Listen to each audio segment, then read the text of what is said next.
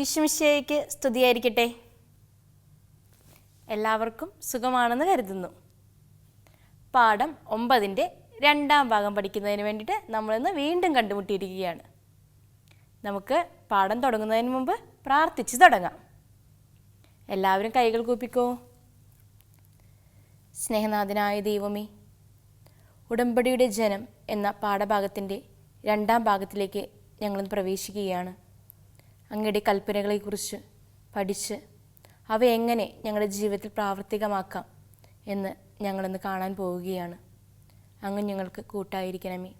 പരിശുദ്ധ അമ്മേ മാതാവേ, ഞങ്ങളുടെ ഒപ്പം ഞങ്ങളുടെ സഹായത്തിനായി എന്നും കൂടെ ഉണ്ടായിരിക്കണമേ. ആമേൻ.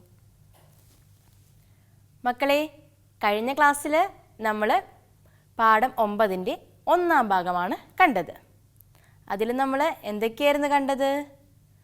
മോശ സീനായ് മലയിൽ ഉടമ്പടി പത്രിക വാങ്ങുന്നതിന് വേണ്ടിയിട്ട് പോകുന്നതും ആ സമയത്ത് ഇസ്രായേൽ ജനം വിഗ്രഹാരാധന എന്ന പാപം ചെയ്യുന്നതും, അതായത് കൽപ്പന ലംഘിച്ചതിനെയും പറ്റി നമ്മൾ കണ്ടു. പിന്നെ നമ്മൾ എന്ത് കണ്ടു? ഇസ്രായേൽ ജനത്തിൻ്റെ പാപങ്ങൾ ക്ഷമിക്കുന്ന ദൈവത്തെയും കണ്ടു. അവരുടെ പാപത്തിന് പരിഹാരം ചെയ്ത മോശയെയും കണ്ടു. അങ്ങനെ 3 കാര്യങ്ങളായിരുന്നു കഴിഞ്ഞ ക്ലാസ്സിൽ നമ്മൾ കണ്ടത്. പാഠം 9-ന്റെ 2-ാം ഭാഗത്തിലേക്ക് പ്രവേശിക്കുമ്പോൾ നമ്മൾ കാണുന്നത് 1-ാമത്തെ കാര്യമെന്ന് പറഞ്ഞാൽ ഉടമ്പടിയുടെ ജനത്തിൻ്റെ പ്രത്യേകതകൾ നമ്മൾ കാണുന്നുണ്ട്. ആ പ്രത്യേകതകൾ നമ്മുടെ ജീവിതവുമായി ഒന്ന് ബന്ധിപ്പിച്ച് നമുക്ക് നോക്കാം. പിന്നെ നമ്മൾ എന്ത് കാണുന്നുണ്ട്? ദൈവ കൽപ്പനകളെ കാണുന്നുണ്ട്. 3-ാമതായി നമ്മൾ നോക്കുന്നത് തിരുസഭ, അതായത് നമ്മുടെ കൽപ്പനകൾ തിരുസഭയിലെ കൽപ്പനകളെ കുറിച്ചിട്ടാണ് നമ്മൾ കാണുന്നത്. അപ്പോൾ പാഠഭാഗത്തിൽ പ്രവേശിക്കാൻ എല്ലാവരും തയ്യാറല്ലേ? ഉടമ്പടിയുടെ ജനത്തിൻ്റെ പ്രത്യേകതകളെ കുറിച്ച് നമുക്കൊന്ന് നോക്കാം. ഉടമ്പടിയുടെ ജനത്തിന് എത്ര പ്രത്യേകതകളുണ്ടെന്ന് നിങ്ങൾക്കറിയാമോ? 4 പ്രത്യേകതകളാണ് ഉടമ്പടിയുടെ ജനത്തിന് ഉള്ളത്. 1-ാമത്തെ പ്രത്യേകത എന്താ? ഒന്ന് നോക്കിക്കേ എല്ലാവരും. ദൈവത്തിൻ്റെ സ്വന്തം ജനമായി തീരുന്നു. എന്തായിരുന്നു? ദൈവത്തിൻ്റെ സ്വന്തം ജനമായി തീരുന്നു. 2-ാമത്തെ പ്രത്യേകത എന്താണ്? ദൈവത്തിൻ്റെ തെരഞ്ഞെടുക്കപ്പെട്ട ജനമായി തീരുന്നു. ദൈവത്തിൻ്റെ തെരഞ്ഞെടുക്കപ്പെട്ട ജനമായി തീരുന്നു. 3-ാമത്തെ പ്രത്യേകത എന്തായിരുന്നു? ദൈവത്താൽ നയിക്കപ്പെടുന്ന ജനമായി തീരുന്നു. ദൈവം നയിച്ചുകൊണ്ടിരിക്കുന്ന ഒരു ജനമായി തീരുന്നു. അവസാനത്തെ 4-ാമത്തെ പ്രത്യേകതയാണ് ദൈവത്തിന് ബലിയർപ്പിക്കുന്ന പുരോഹിത ജനമായി തീരുന്നു.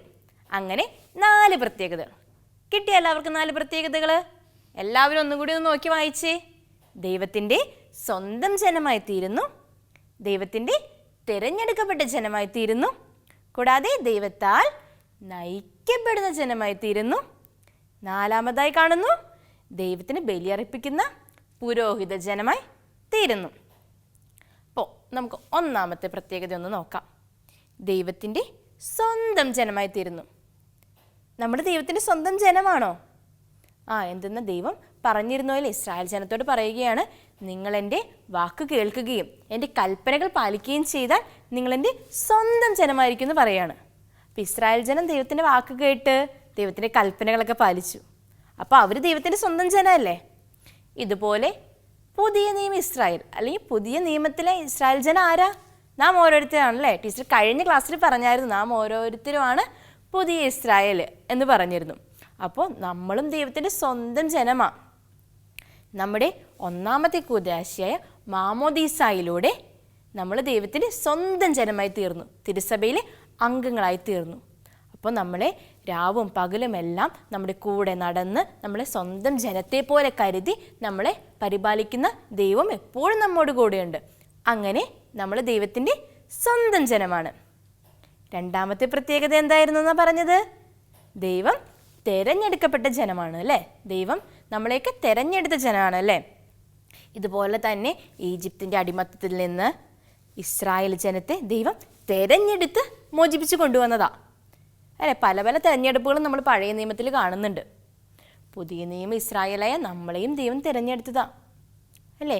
സഭയിൽ മാമോദീസ വഴി സഭയുടെ അംഗങ്ങളാക്കി നമ്മളെ ദൈവം തിരഞ്ഞെടുത്ത് കൊണ്ടുവന്നതാ. അപ്പോൾ ഈ ദൈവത്തിൻ്റെ, അപ്പോൾ നമ്മൾ ഇസ്രായേലിൻ്റെ 2-ാമത്തെ പ്രത്യേകതയാണ് നമ്മൾ പറഞ്ഞു, ദൈവത്താൽ തിരഞ്ഞെടുക്കപ്പെടുന്ന ജനം. ദൈവം തിരഞ്ഞെടുത്ത ദൈവത്തിൻ്റെ സ്വന്തം ജനമായ പ്രത്യേകത, ആ ഒരു പ്രത്യേകത കൂടി ഇസ്രായേലിനുണ്ട്. മൂന്നാമത്തെ പ്രത്യേകത എന്തായിരുന്നു? ദൈവത്താൽ നയിക്കപ്പെടുന്ന ജനമായി തീരുന്നു. ദൈവം അവരെ നയിച്ചുവല്ലേ ഈജിപ്തിൻ്റെ അടിമത്തിൽ നിന്ന് ഇസ്രായേൽക്കാരെ നയിക്കുവാനായിട്ട് ദൈവം മോശയെയും അഹറോനെയും ജോഷുവയൊക്കെ നൽകുന്നുണ്ട്. അങ്ങനെ ദൈവത്താൽ നയിക്കപ്പെടുന്ന ജനമായിട്ട് ഇസ്രായേൽ മാറുകയാണ്. ഇതൊക്കെ എപ്പോഴാണ് മാറുന്നത്? ഉടമ്പടികൾ പാലിച്ചാലുള്ള പ്രത്യേകത, അല്ലെങ്കിൽ ഉടമ്പടിയുടെ ജനത്തിൻ്റെ പ്രത്യേകതകളാണ് കേട്ടോ ഇതെല്ലാം. ഇതുപോലെ തന്നെ സഭയിലെ വിവിധതരം കൂദാശകളിലൂടെയൊക്കെ ദൈവം നമ്മളെ നയിക്കുന്നുണ്ട് അല്ലേ? അതായത് മാമോദീസായിലൂടെയും തൈലാഭിഷേകത്തിലൂടെ നമുക്ക് പരിശുദ്ധാത്മാവിനെ നൽകി, നമുക്ക് സഹായകനായി പരിശുദ്ധാത്മാവിനെയൊക്കെ നൽകി ദൈവം നമ്മെ നയിച്ചുകൊണ്ടിരിക്കുകയാണ്. ഇതുപോലെ അടുത്ത പ്രത്യേകതയാണ് ദൈവത്തിന് ബലിയർപ്പിക്കപ്പെടുന്ന പുരോഹിത ജനം. നമ്മളും പുരോഹിത ജനമാണല്ലേ? അതെ. പഴയ നിയമത്തിൽ നമ്മൾ കാണുന്നുണ്ട്, ഇസ്രായേലിലെ പുരോഹിതന്മാരെയൊക്കെ നമ്മൾ പഴയ നിയമത്തിൽ കാണുന്നുണ്ട്. അതുപോലെ തന്നെ ഇസ്രായേൽ ജനം വിവിധതരം ബലികളും ദൈവത്തിന് അർപ്പിക്കുന്നതായിട്ട് നമ്മൾ കാണുന്നുണ്ട്. അപ്പോൾ ദൈവത്തിന് ബലി അർപ്പിക്കുന്ന പുരോഹിത ജനമായിട്ട് പഴയ നിയമം ഇസ്രായേൽ മാറുന്നുണ്ട്. ഇതുപോലെ കൂദാശ, വിശുദ്ധ കുർബാന എന്ന കൂദാശ വഴി നമ്മളും ദൈവത്തിന് ബലി അർപ്പിക്കപ്പെടുന്ന സ്വന്തം ജനമാണ് ദൈവത്തിൻ്റെ അല്ലേ? നമ്മളെല്ലാവരും ആദ്യ കുർബാന സ്വീകരിച്ചവരും സ്വീകരിക്കാനിരിക്കുന്നവരും ഒക്കെയാണല്ലേ? അപ്പോൾ ദൈവം നമ്മൾ മൂന്നാമത്തെ പ്രത്യേകതയിൽ നമ്മൾ പറഞ്ഞു ദൈവം നമ്മളെ നയിക്കുന്നുവെന്ന്. അപ്പോൾ ഈ കൂദാശകൾ വഴി ദൈവം നമ്മളെ നയിച്ച് അവിടത്തേക്ക് ബലി അർപ്പിക്കുന്ന പുരോഹിത ജനമായിട്ട് മാറ്റുകയാണ്. വിശുദ്ധ കുർബാനയിലൂടെ നമ്മൾ ദൈവത്തിന് ബലി അർപ്പിക്കപ്പെടുന്ന പുരോഹിത ജനമാണ്. നമ്മൾ പറഞ്ഞിട്ടുണ്ട്, നമുക്ക് അറിയാമല്ലേ, 2 തരം പൗരോഹിത്യം ഉണ്ടെന്ന് നമ്മൾ പഠിച്ചിട്ടുണ്ട്. പൊതു പൗരോഹിത്യം, അതുപോലെ തന്നെ ശുശ്രൂഷ പൗരോഹിത്യം. അപ്പോൾ വൈദികരും സന്യസ്തരും ഒക്കെ ഉൾപ്പെടുന്ന ശുശ്രൂഷ പൗരോഹിത്യവും, അതുപോലെ നമ്മൾ പുതിയ നിയമജനമായ നമ്മൾ ഉൾപ്പെടുന്ന പൊതു പൗരോഹിത്യവും വഴി നമ്മൾ ദൈവത്തിന് ബലിയർപ്പിക്കുന്ന പുരോഹിത ജനമായി മാറുകയാണ്. എല്ലാവർക്കും മനസ്സിലായോ നമ്മുടെ ഉടമ്പടി ജനത്തിൻ്റെ പ്രത്യേകതകൾ നമ്മുടെ ജീവിതവുമായിട്ട് എങ്ങനെ ബന്ധിപ്പിക്കാമെന്ന്? അപ്പോൾ ഉടമ്പടി ജനത്തിൻ്റെ 4 പ്രത്യേകതകൾ നമ്മൾ കണ്ടു, നമ്മുടെ ജീവിതവുമായിട്ടുള്ള അവയ്ക്കുള്ള ബന്ധവും കണ്ടു. അടുത്തതായിട്ട് നമ്മൾ പഠിക്കാൻ പോകുന്നതാണ് ദൈവ കൽപ്പനകൾ അല്ലേ? മോശ വഴി ദൈവം ഇസ്രായേൽക്കാർക്ക് കൽപ്പനകൾ നൽകിയെന്ന് നമ്മൾ പറഞ്ഞു. ആ കൽപ്പനകൾ നമ്മുടെ ജീവിതത്തിൽ എങ്ങനെ സ്വാധീനിക്കുന്നു എന്നാണ് നമ്മൾ പഠിക്കാൻ പോകുന്നത്. ദൈവം മോശ വഴി നൽകിയ കൽപ്പനകൾ ഇസ്രായേൽക്കാരുടെ ജീവിതത്തിൻ്റെ കേന്ദ്ര ബിന്ദുവായിരുന്നു. അതായത് ഇസ്രായേൽക്കാരെ വഴി നടത്തി മോശ വഴി ദൈവം വഴി നടത്തി കൊണ്ടുവന്നിട്ട് അവരുടെ ജീവിതത്തെ പരിപോഷിപ്പിച്ചിരുന്നത് ഈ ഓരോ കൽപ്പനകളാണ്. 10 കൽപ്പനകളിൽ ഓരോ കൽപ്പനകളും അനുസരിച്ചിട്ടാണ് അവരുടെ ജീവിതം മുന്നോട്ട് നയിച്ചത്.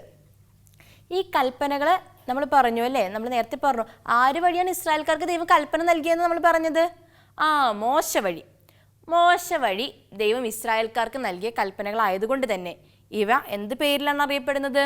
ഒന്ന് നോക്കിക്കേ. മോശയുടെ നിയമം എന്നാണ് ഇവ അറിയപ്പെടുന്നത്. എന്താ അറിയപ്പെടുന്നത്? എല്ലാവരും ഒന്ന് ഉറക്കെ പറഞ്ഞേ. മോശയുടെ നിയമം. അപ്പോൾ മോശ വഴി നൽകപ്പെട്ടതിനാൽ അവ മോശയുടെ നിയമം എന്ന് അറിയപ്പെടുന്നു. മോശയുടെ നിയമത്തിൻ്റെ രത്ന ചുരുക്കമാണ് എന്ത്? നമ്മുടെ ഈ 10 കൽപ്പനകളും. മോശയുടെ നിയമത്തിൻ്റെ രത്ന ചുരുക്കമാണ് നമ്മുടെ ഈ 10 കൽപ്പനകളും അല്ലേ? മറന്നു പോകരുത് കേട്ടോ. എന്തുകൊണ്ടാണ് ഈ കൽപ്പനകൾ മോശയുടെ നിയമം എന്നറിയപ്പെടുന്നത്?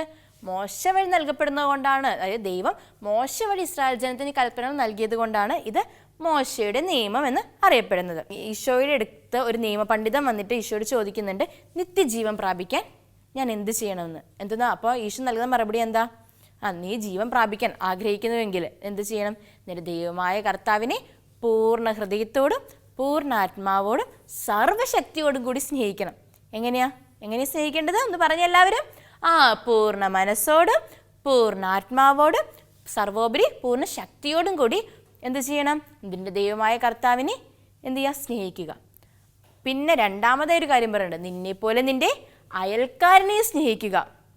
നമ്മുടെ ഈ 10 കൽപ്പനകളെ നമ്മൾ 2ആയിട്ട് സംഗ്രഹിച്ചിട്ടുണ്ടെന്ന് നമ്മൾ പഠിച്ചിട്ടുണ്ട്. എന്തായിരുന്നു? അതായത് ദൈവസ്നേഹവും അതുപോലെ തന്നെ സഹോദര സ്നേഹവുമാണ് അതിൽ പറയുന്നത് അല്ലേ? എല്ലാത്തിനുപരിയായി ദൈവത്തെ സ്നേഹിക്കുക, തന്നെപ്പോലെ തന്നെ അയൽക്കാരനെ സ്നേഹിക്കുക എന്ന് പറയുന്നുണ്ട്.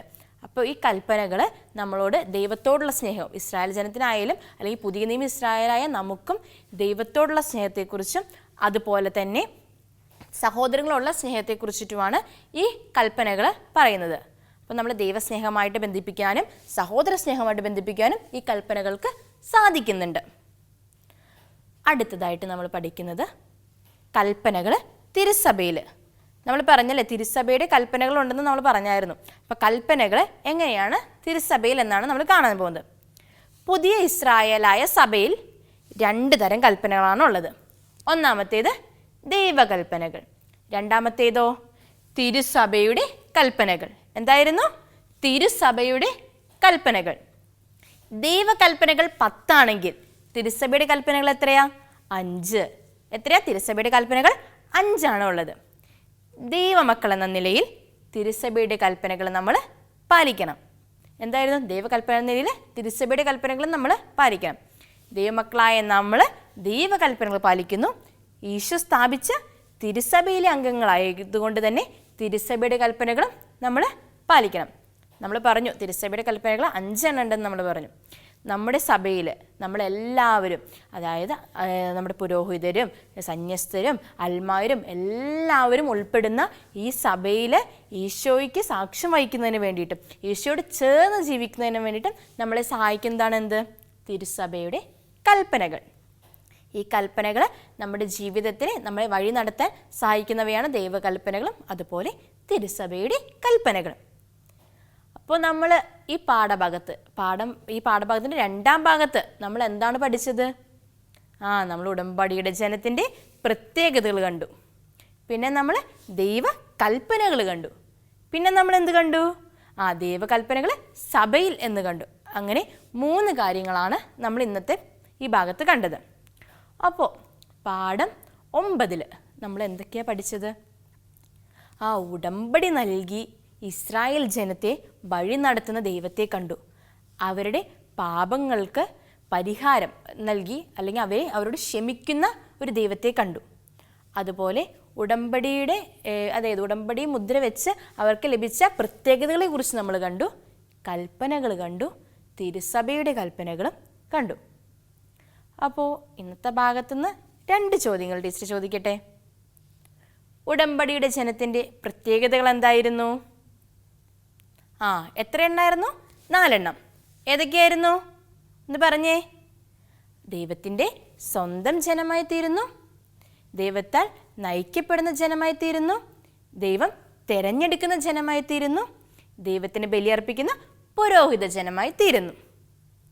2ാമത്തെ ചോദ്യം, എന്തുകൊണ്ടാണ് കൽപ്പനകൾ മോശയുടെ നിയമം എന്നറിയപ്പെടുന്നത്? മോശ വഴി നൽകപ്പെട്ടത് കൊണ്ടാണ് അവ മോശയുടെ നിയമം എന്നറിയപ്പെടുന്നത്. അതുപോലെ തന്നെ കൽപ്പനകൾ നമ്മളെ എന്തെല്ലാം സഹായിക്കുന്നു? അല്ലെങ്കിൽ കൽപ്പനകളുടെ പ്രത്യേകത എന്താണ്? കൽപ്പനകൾ നമുക്ക് ദൈവിക ജീവൻ നൽകുന്നു അല്ലേ? അതുപോലെ സഹോദരങ്ങളോടുള്ള നമ്മുടെ സ്നേഹത്തെ ദൃഢപ്പെടുത്തുന്നു. ഇതൊക്കെയാണ് ദൈവകൽപ്പനകളുടെ പ്രത്യേകതകൾ. നമുക്ക് ഈ പാഠഭാഗത്തിൽ നിന്ന് ഒരു പ്രവർത്തനം ചെയ്താലോ? നമ്മൾ കൽപ്പനകളെക്കുറിച്ച്, ദൈവകൽപ്പനകളെക്കുറിച്ചും തിരുസഭയുടെ കൽപ്പനകളെക്കുറിച്ചും പഠിച്ചു. നിങ്ങൾ ദൈവകൽപ്പനകളും തിരുസഭയുടെ കൽപ്പനകളും എഴുതി ഒരു ചാർട്ട് തയ്യാറാക്കുക. എത്ര മനോഹരമായിട്ട് നിങ്ങൾക്ക് തയ്യാറാക്കാൻ കഴിയുന്നു അത്രയും മനോഹരമായിട്ട് തയ്യാറാക്കി നിങ്ങളുടെ ടീച്ചർക്ക് അയച്ചു കൊടുക്കുക.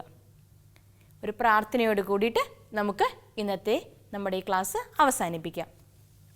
കൽപ്പനകൾ നൽകി ഇസ്രായേൽ ജനത്തെ വഴി നടത്തിയ ദൈവമേ, അങ്ങയുടെ കൽപ്പനകളനുസരിച്ച് ജീവിച്ച് അങ്ങേക്ക് സാക്ഷ്യം വഹിക്കുന്നവരാകുവാൻ കുഞ്ഞുമക്കളായ ഞങ്ങളെ ഓരോരുത്തരെയും അനുഗ്രഹിക്കണമേ. ആമേൻ. ഈശോ മിശിഹായിക്ക് സ്തുതിയായിരിക്കട്ടെ.